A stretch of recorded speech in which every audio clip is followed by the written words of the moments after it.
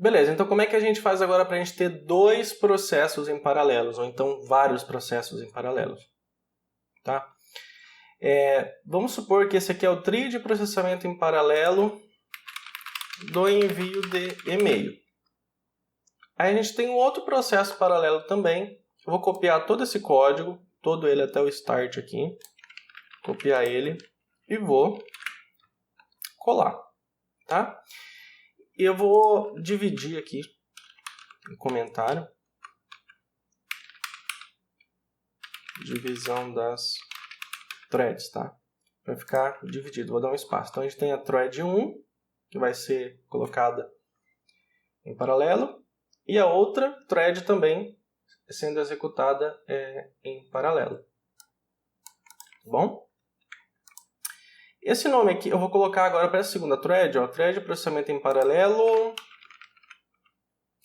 envio de nota fiscal, por exemplo, tá? Eu vou colocar executando alguma rotina, por exemplo, envio de nota fiscal, por exemplo. Seria a nossa rotina de nota fiscal. Vou limpar aqui o console. Vou executar. Vamos lá, vou dar OK. E olha o que vai acontecendo no console. Ó. Elas estão se intercalando. Viu? Executou o envio de e-mail, executou nota fiscal, envio de e-mail, nota fiscal, envio de e-mail, nota fiscal, e assim elas se intercalaram. Processar um, processar outro, processar um, processar outro. Vamos colocar aqui o envio de e-mail para dar uma pausa de 2 segundos, então.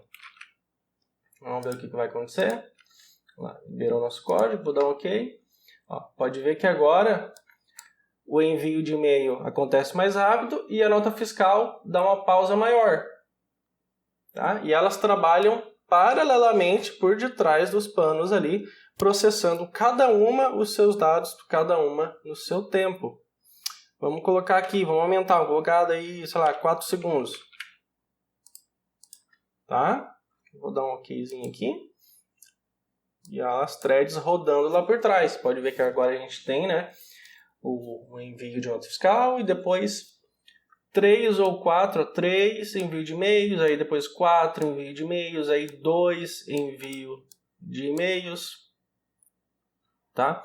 Por que uma hora é 3, outra hora é 4, outra hora é 2, aí depois aqui ele finalizou, ó, tá finalizando aqui agora o envio de nota fiscal, tá?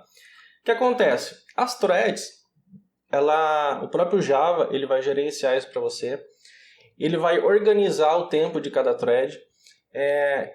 O próprio processador do computador, dependendo da velocidade da sua máquina, a própria arquitetura do sistema operacional, ele vai gerenciar essas threads para você. Então, por que acontece aqui? Deu 3, depois 4, depois 2, tá? Porque se uma thread demora mais do que a outra assume o lugar. Então, também é processamento concorrente em paralelo também. De repente uma thread está mais lenta e deu um tempinho, a outra entra e executa, aí depois volta. Tá? Então elas ficam concorrendo por memória, concorrendo por processamento, concorrendo ali por tempo. Então sobrou um tempinho, a outra thread entra no meio. Falei, opa, uma thread que está mais lenta.